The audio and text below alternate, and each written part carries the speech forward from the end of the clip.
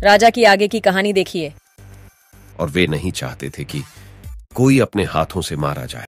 इसलिए राजकुमार अपने आप को छुपाने के लिए जंगल के किसी गुफा में चले गए, जहां एक खूंखार आदमखोर भेड़िया रहता था, जिसके आंतक से पूरा राज्य कांपता था। पहले से ही पांव जमाए बैठा हुआ था।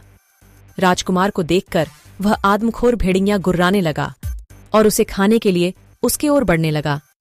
उसे अपने ओर आते देख राजकुमार डर गया कि कहीं यह आदमखोर भेड़िया मुझे खा न ले। तभी रात हो ही गई और राजकुमार देखते ही देखते मनुष्य से एक नरभक्षी में बदल गया।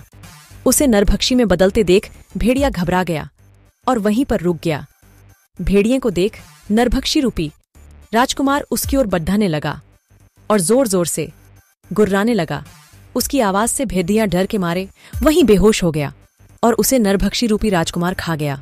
अगले सुबह राजकुमार पुनः अपने असली रूप में आ गया और वहां से उस पहाड़ की ओर निकल गया। गुफा से निकलते हुए गांव के कुछ लोग राजकुमार को देखे और उसके पास जाकर उसे पूछने लगे, हे वीर पुरुष, आप कौन हैं जो इस भयानक गुफा से आ रहे हैं?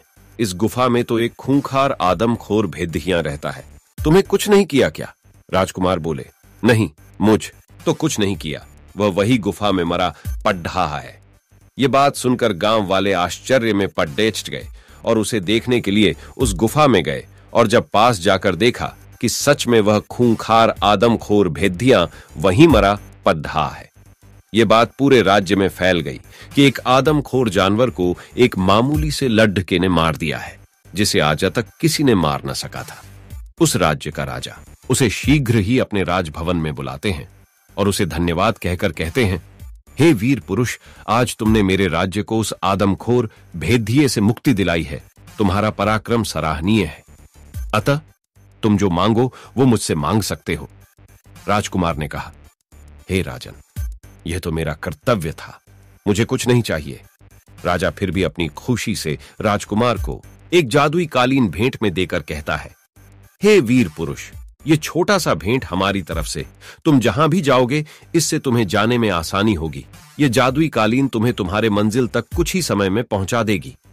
भेंट स्वीकार कर राजकुमार उस कालीन पर बैठकर शीघ्र ही रात होने से पहले उस पहाड़ डाच की ओर चला गया और कुछ ही समय में उस पहाड़ डाच के पास पहुंच गया और उस संजीवनी पौधे को ढूंढने लगा। रात होने ही वाली थी, तभी एक चमकता हुआ पौधा दिखाई दिया। वह समझ गया कि यही संजीवनी पौधा होगा। वह शीघ्र ही उस पौधे से रस निकालकर पीने लगा।